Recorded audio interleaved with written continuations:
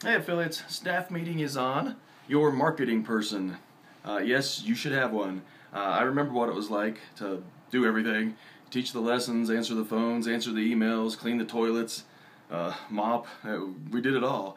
But you know what? We're not great at all those things. What we're great at is teaching.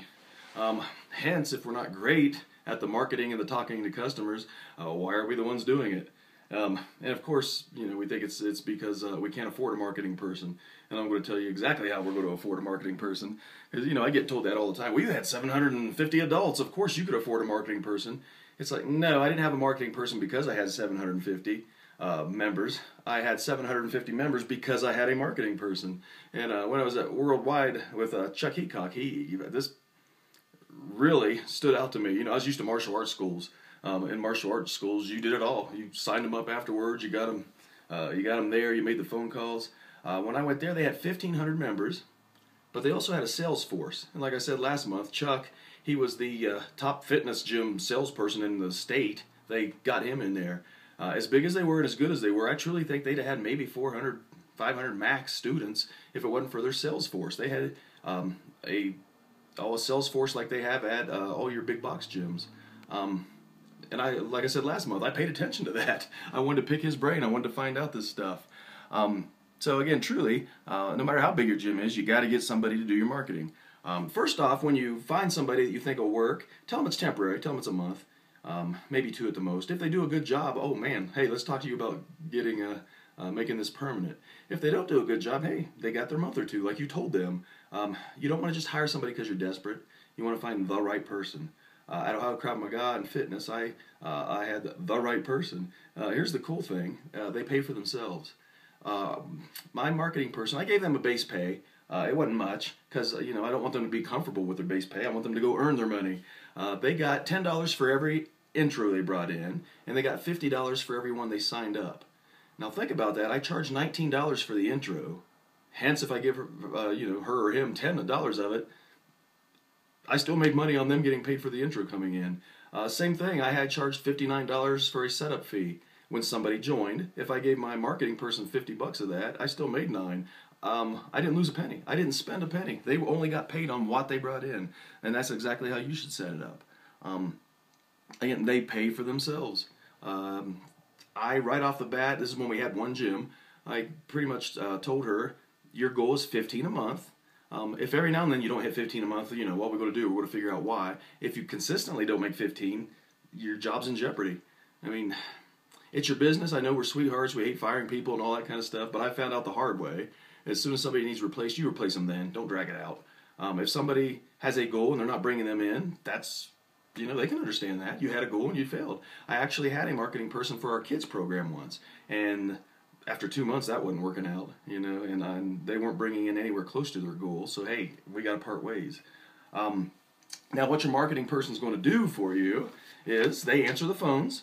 We had the gym paid for a cell phone, gave it to our marketing person. The gym phone was forwarded to her.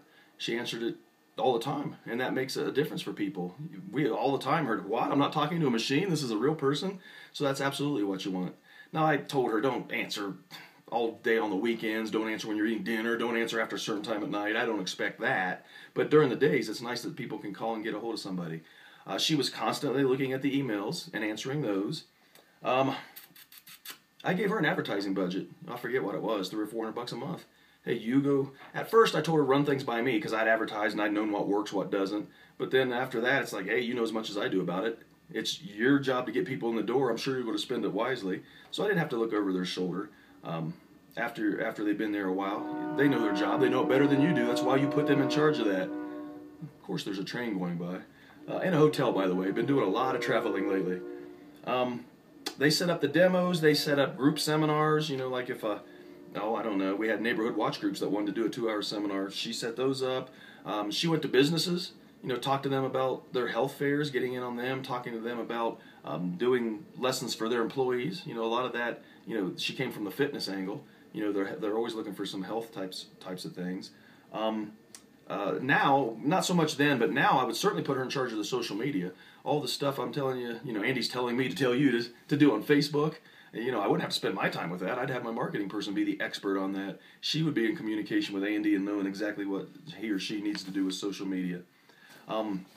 That's their responsibilities. Getting people in the door, flat out, is their responsibilities. The big thing is when they come to you and they want to advertise, they want to do this seminar, they want to try this, generally almost always tell them yes. Don't be shooting them down and thinking you have to have control of that. You hired an expert in marketing and in that area. Let them do their job. They know it better than you do. And after you've trained them for a bit. What they would do with our students, our potential members, they would always call them the day before their intro. They would make sure they knew what to wear, how long they were going to be there, make sure they had good directions, they knew where it was, and always that, hey, we're running a 2-for-1 special, $19. You can bring a friend, you both get to come for that one $19 charge, you both get t-shirts. So absolutely, she would call them the day before.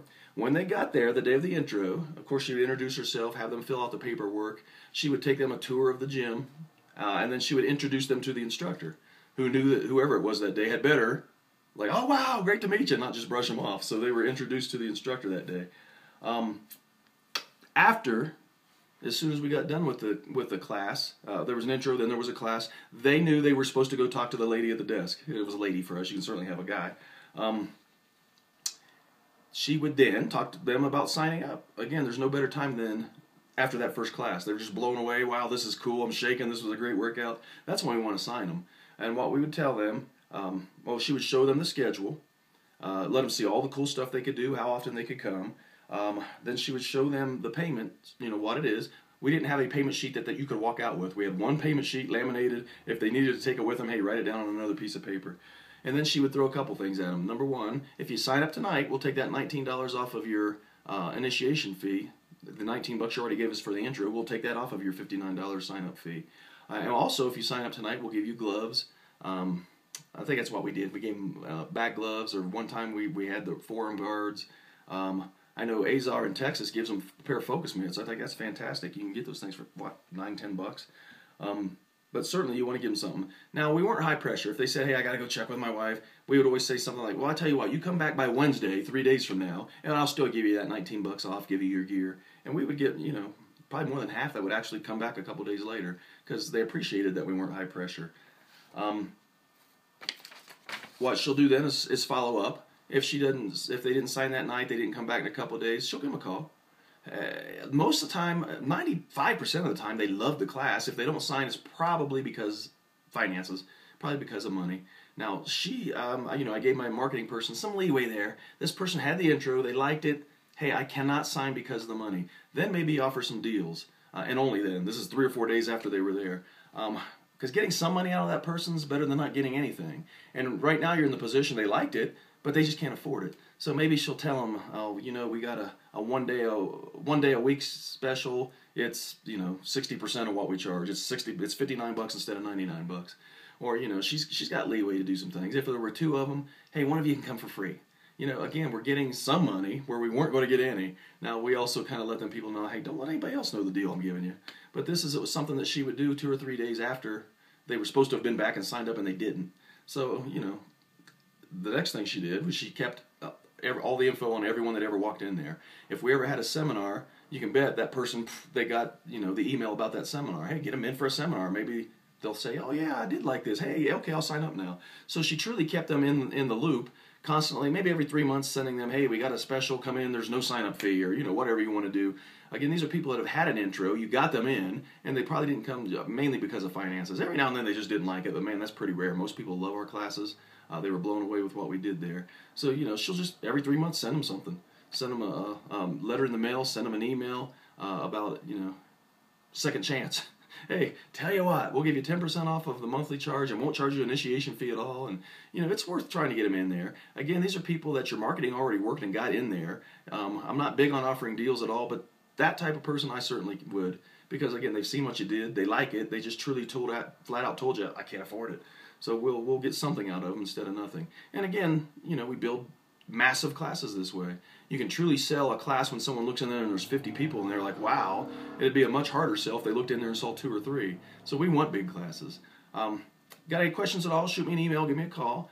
You absolutely have to have a marketing person. That's not your job. You're not good at that.